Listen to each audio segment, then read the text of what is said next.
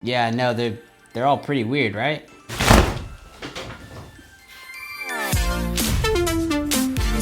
So all these items are kind of odd because I really don't think they need their own designated video, but I do think that they're really cool accessories and that I use them all the time. So I wanted to break them down for you guys and kind of show them to you because I probably won't make an individual video for any of them unless you guys want me to down below. But let's jump into the first one. So this here is the X-Rite Color Checker Passport. This is a really cool little accessory. So when you open it up, it has like basically all the colors and you kind of can hold it up in front of your camera and you can use it for a couple things. One, you just get like a test frame with it. So that way when you go to do your color corrections, you have all the colors here and you can make sure that everything looks right before you go in and grade it. So get your colors all nice. But the thing that I use it for the most is for capturing my white balance. So whenever you're in a location and there's tons of different types of lighting around, whether that is, you know, I don't know, ambient light, the lighting sources that you're using for your subject, whatever, this guy super comes in handy because as you can see, there is a gray card and a white card here, which you can use to actually get your white balance on your camera, which is nice.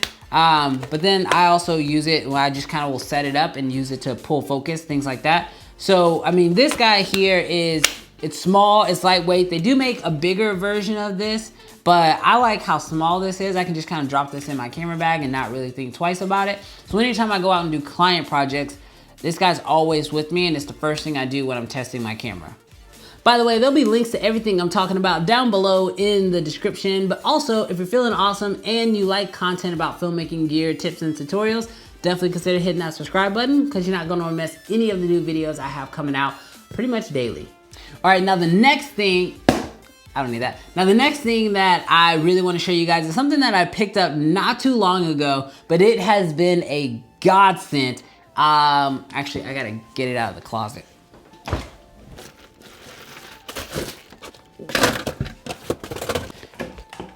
All right.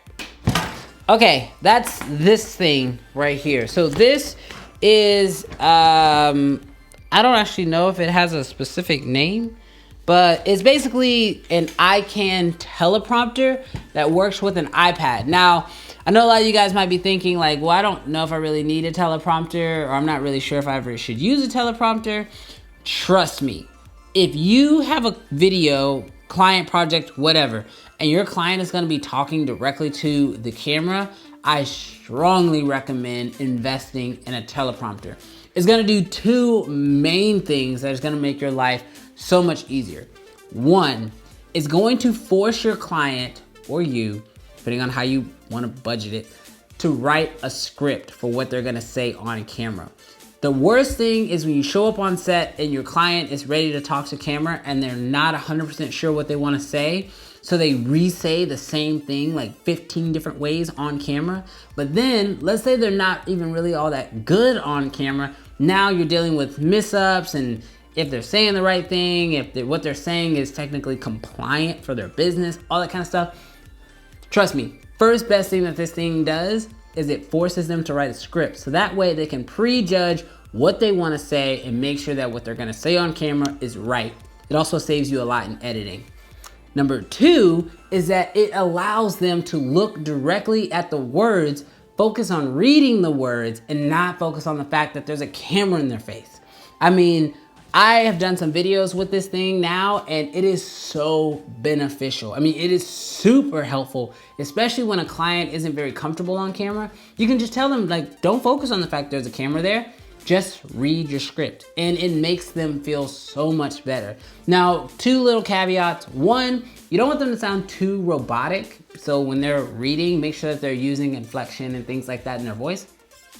The second thing that you have to kind of be careful of is their eyes moving. So the trick to doing that, if you don't want like someone to look like they're reading off a script when they're, you know, on camera, then you need to use a longer lens. I typically use like a 50, an 85, or even my 70 to 200 zoom if I have enough room in the room,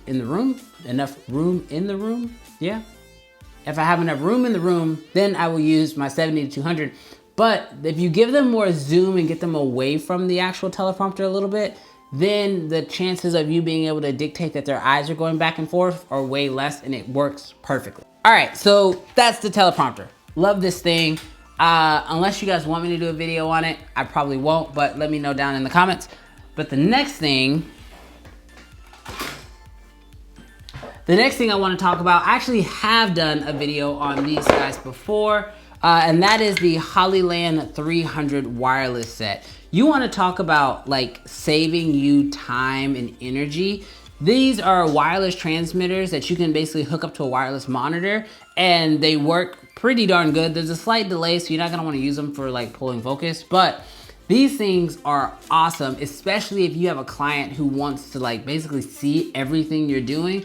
You wanna get a client off your back, get a set of these. These are not super expensive. They work really well and they're super easy to set up, but you basically connect one to your camera, connect one to an external monitor. It wirelessly sends the feed out over HDMI, and it's super easy. And now that client feels very special because one, they get their own monitor.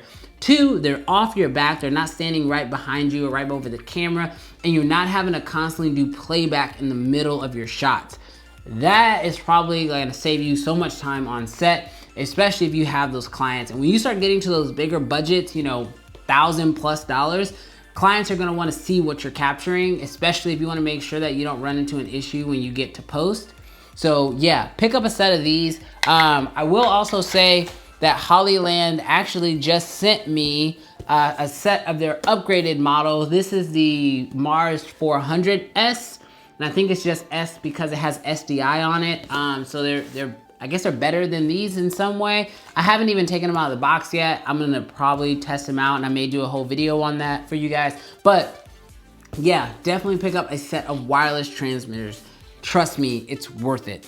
All right, so the next piece of accessory that I wanna jump into is something from Aperture. And this one is specifically from Aperture because I use Aperture lights, but I just say get something like this, and that is a Fresnel. Now, figuring out lighting is one of the most important things you can do as a filmmaker, and for me, figuring out the right accessories for lighting was huge, and that's where this guy came into play. This is the Fresnel 2X from Aperture, and this thing is so helpful when you're out there shooting. I mean, first of all, being able to shape your light is crucial. Like, you have to be able to shape your light. And so something like this really, really comes in handy. Basically, this turns like your Aperture 120D into like a spotlight, but it actually can turn, so you can actually kind of change it out from being like a spotlight to being more of like a floodlight.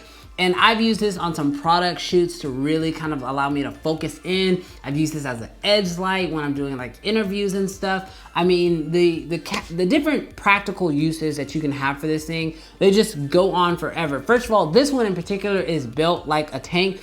It is kind of plasticky, but the main body of it is actually made out of metal. It actually has like different little diagrams on here to let you know like what your angle range of your light is gonna be. And like I mentioned before, like you just kind of turn it to adjust it. And then it comes in this awesome little case. The main reason why I brought this thing out for you guys to kind of see it is because learning how to control your lighting is huge. I mean, just getting a powerful light and a softbox, that's good for a lot of things, but learning how to use things like this, like a flood or a Fresnel, or being able to figure out how to use like barn doors, or figuring out how to do things like, you know, there's just tons of different ways to shape your light. This thing is really helpful and why I really like it, but you guys definitely should figure out how to start shaping your light. If you want me to do videos on that too, leave that down in the comments. I'm just trying to get ideas from you guys, what you want me to make more videos on. But yeah, absolutely, I love this thing. I bring it out on just about every set that I do.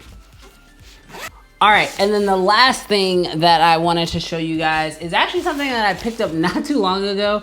I saw it and then I immediately had to pick it up because I thought it was genius, and it just is so revolutionary in the way that it's like something so simple that I'm like, man, I wish I would have thought of that, but I didn't. And that is this guy. Now, you guys have probably seen like reflectors before. And basically reflectors, they normally have like, you know, a silver side, a gold side. You can flip it inside out, use it for, you know, diffusion and everything. But this one is super special. So of course, just like most of these things, it folds up, but it's more important about what it actually says on it. Can y'all see that? Can you see? It says, quiet please, filming in progress. And it says it on both sides. I freaking love this thing. I have taken this thing out on a couple different sets now, and I just literally just put it up where people could see it. It makes things so much easier because instead of having to say, you know, quiet on the set or please be quiet or waiting for audio, people see this thing and it's super, like, it looks super official. They don't even question you. They don't even ask you any questions. So like a lot of times I'll be like in a room and just outside that room, I'll put this thing up, and it helps so much because people see it and they immediately get quiet and they realize, oh, they're filming. I don't want to mess up the film. No one wants to mess up a shot.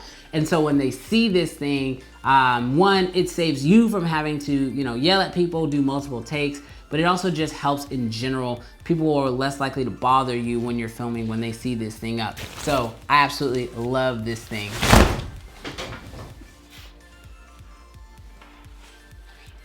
It pops up pretty quick too.